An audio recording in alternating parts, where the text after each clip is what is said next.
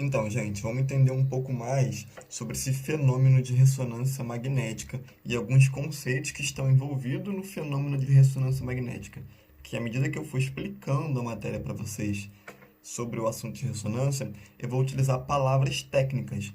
Então, vocês têm que saber o que cada palavra significa. Como eu já falei desde o início da aula, spin, o que é spin? Movimento de precessão. O que é o movimento de precessão? Em que momento que ele ocorre? Momento angular. Alinhamento B0. Então, vocês têm que eixo X, eixo Y, vetor, amostra K. Então, todos esses conceitos eu vou explicar hoje aqui para vocês, para que a partir de hoje em diante a gente consiga dominar esses conceitos, entender como é que cada um ocorre e, e aí a gente seguindo a matéria até o fim, tá bom, gente? Então, antes de tudo, a gente tem que entender uma coisa, que na ressonância magnética, nesse fenômeno de ressonância magnética, aqui não utiliza-se radiação eletromagnética ionizante, como radiação X, né, que a origem vem da eletrosfera, o elétron da eletrosfera, ele colide e gera radiação X, no raio-x convencional aí, né, na tomografia. E aqui também não acontece geração de imagem através do fenômeno de colisão dentro do núcleo do átomo, que é a radiação gama, que é através do processo de fissão ou de fusão nuclear.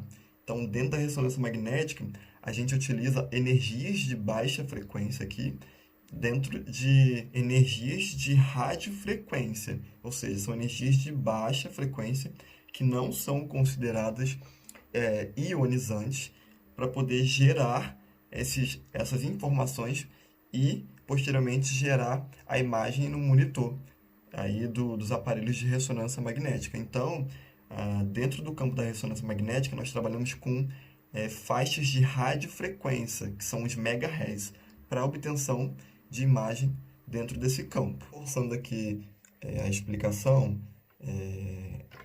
o corpo humano, quando ele entra dentro do magneto, que é aquele gantry, podemos chamar assim, nós utilizamos, como já falei, o átomo de hidrogênio, porque ele só contém uma única partícula no seu núcleo, que é o próton, que favorece esse átomo a ter propriedades magnéticas muito altas. Então, o hidrogênio ele tem o sinal de ressonância magnética muito bom para aplicação da ressonância magnética.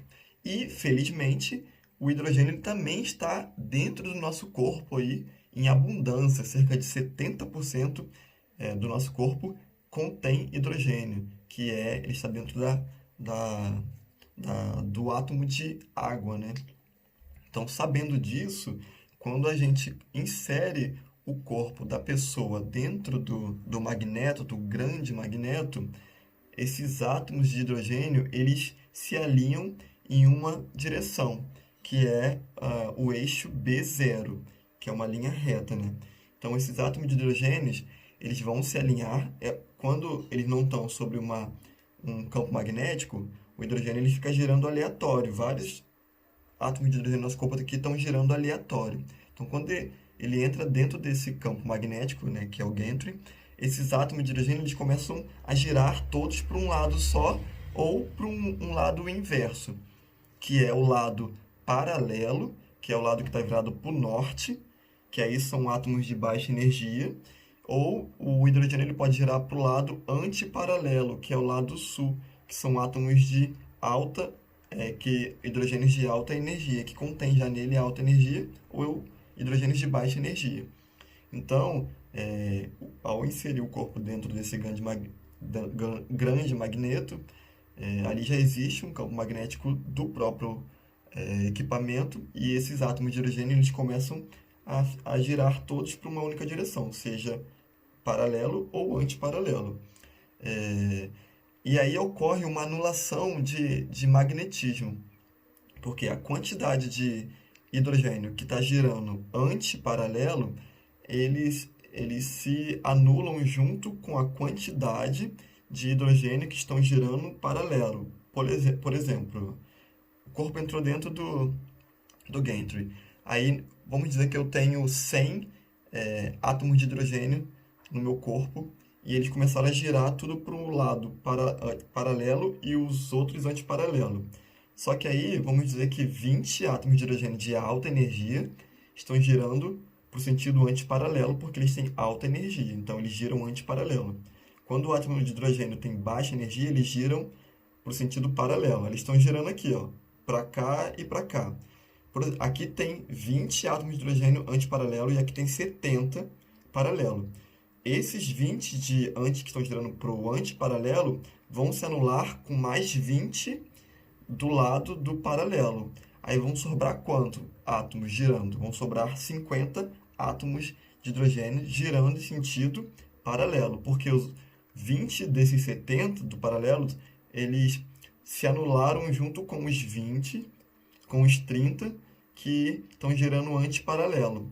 Ou seja, não é nem 50, é 30 girando anti e 70 girando paralelo. Então, esses 30 aqui vão se anular com mais 30 daqui dos 70. Aí vão sobrar quanto? Vão sobrar 40 girando paralelo. Esses 40 que estão girando paralelo que não se anula com nenhum dos outros, eu vou colocar uma foto aqui exemplificando o que eu estou falando.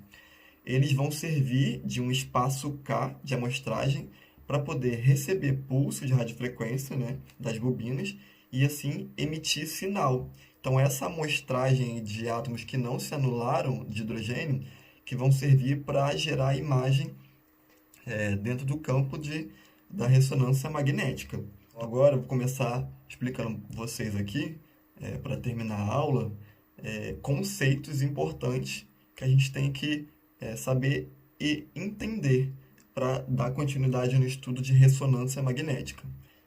Vocês vão ter que entender o que é spin, movimento de precessão, fase, momento magnético, espaço K, resultante, sentido, vetor, campo magnético e medidas de campo magnético. Então, esses são todos os conceitos que nós temos que, pelo menos, entender para aí a gente entender na matéria de ressonância magnética, tá bom? Vamos lá. O que quer dizer spin magnético? Quando eu falo spin magnético, o que isso significa? Significa que o átomo ele está realizando um giro sobre o núcleo, porém, além desse giro que ele está realizando no núcleo, ele está realizando o seu próprio giro, ou seja, ele está girando no seu próprio eixo. E com esse giro, com esse spin, né, que a gente fala, ele gera campo magnético. E isso é muito bom para a área de ressonância magnética. Então, spin magnético é quando o átomo ele gira em volta do núcleo, mas também ele gira no seu próprio eixo. Então, ele realiza o spin magnético. E aí, o que é o momento magnético? É a força magnética atribuída a um corpo. E aí, quando eu falo agora em movimento de precessão, o que isso quer dizer? Aquilo que eu já expliquei para vocês. É quando os átomos eles estão sendo estimulados por um pulso de radiofrequência externo e ele começa a chegar num momento de giro, que é a frequência de Lamour, que cada átomo tem o seu momento de frequência de Lamour e ele começa a mudar de sentido. Ele sai de um sentido e começa a mudar para o outro devido a esse pulso de radiofrequência externo que está sobre esse átomo aí. Aí ele começa a sair girar em outro sentido, absorvendo energia, ou seja, ele começa a realizar momento de precessão. Então esse é o movimento de precessão. Quando o átomo recebe, ele muda o seu sentido, o seu ângulo, por conta de um pulso de radiofrequência externo. E aí ele chega na sua frequência de Lamour e começa a realizar movimento de precessão. E aí quando a gente fala em fase, quando eu falar, o átomo de hidrogênio está na fase tal. Então, inicialmente, como eu já falei, quando o corpo do paciente ele entra dentro do gantry, eles se alinham a uma fase, que é a fase do eixo Z.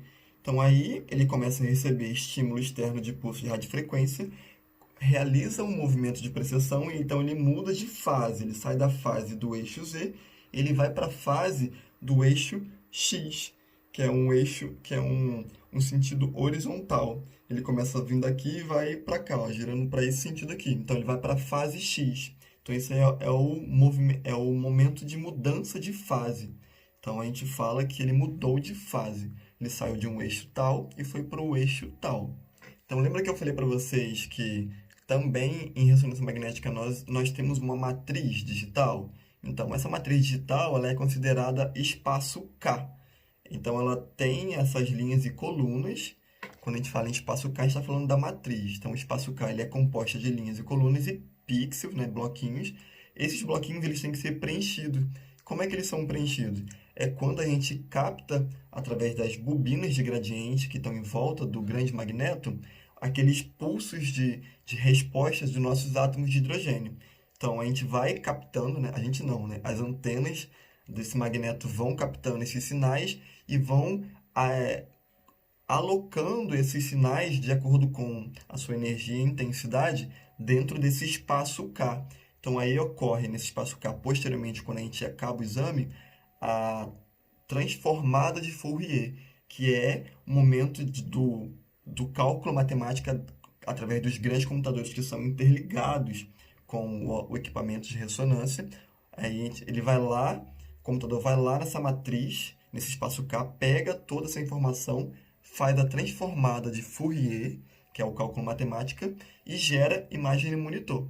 Então, o espaço K é isso. E mais uma coisa importante para a gente tem que saber as medidas de campo magnético. O que é quando a gente pergunta qual é a medida de campo magnético desse equipamento? A gente está falando daquelas medidas que eu falei na primeira aula, sobre Gauss, Tesla e mini Tesla, que são as unidades de grandeza relacionada às forças magnéticas que o equipamento de ressonância magnética tem. Que eu falei para vocês que tem modelos de magneto do tipo permanente, resistivo, supercondutor. Então, cada um desse magneto ele tem uma unidade de medida de força magnética de campo. Cada equipamento desse ele gera um campo magnético, uma intensidade, que é medida em Tesla, ou Gauss, ou mini Tesla. Então, essas são as medidas de campo magnético. Quando você ouvir falar, qual é a medida de campo magnético de tal equipamento? Então, é que está relacionado a essas grandezas de Tesla, Gauss e mini Tesla. Tá bom, gente? Então, é isso. Espero que vocês tenham aí entendido o conteúdo da matéria de hoje. Hoje nós aprofundamos um pouco mais sobre física aplicada em ressonância magnética. Entendemos que esse átomo, quando ele está sobre um campo magnético, esses átomos de hidrogênio eles se alinham em sentido paralelo, quando tem baixa energia, ou em sentido antiparalelo, quando tem alta energia. Estou falando dos átomos de hidrogênio. E quando eles estão ali excitados sobre um pulso de radiofrequência externo, né, que são as bobinas de gradiente que ficam em volta do grande magneto, onde o paciente entra, esses átomos, eles realizam, quando eles chegam na sua frequência de Lamour, né, eles começam a realizar movimento de precessão, cismei com momento de precessão. Então, quando eles chegam na sua frequência de Lamour, o hidrogênio, que é 42 MHz, eles começam a realizar movimentos de precessão, eles saem da sua fase Z e eles vão para a sua fase X. Então, aí é uma coisa bem importante também que a gente tem que entender. E quando eles realizam esse movimento de precessão, eles estão absorvendo essa energia do pulso externo de radiofrequência. E aí, quando esse pulso de radiofrequência ele é cessado, o átomo de hidrogênio ele começa a voltar para a sua fase inicial, que é a do eixo Z, e com isso ele vai liberando energia. E essa energia ela é captada pelas bobinas que estão em volta do gantry. E aí essas bobinas captam essa energia, esses pulsos de radiofrequência, aí converte em sinal elétrico, converte em sinal digital, ocorre a transformada, aí joga na matriz, que é o espaço K, né? Vai alocando essas informações nessa matriz, ocorre a transformada de Fourier, que são os cálculos matemáticos, e assim gera-se a imagem em ressonância magnética. Outra coisa bem importante da aula de hoje foi que eu falei que na ressonância magnética não utilizamos radiação eletromagnética ionizante. Na ressonância magnética utiliza-se energias baixas, que são energias de radiofrequência, megahertz. Então, dentro da escala do espectro magnético, a ressonância magnética ela usa radiofrequência para obtenção de imagens aí dentro dessa área de diagnóstico. Tá bom, gente?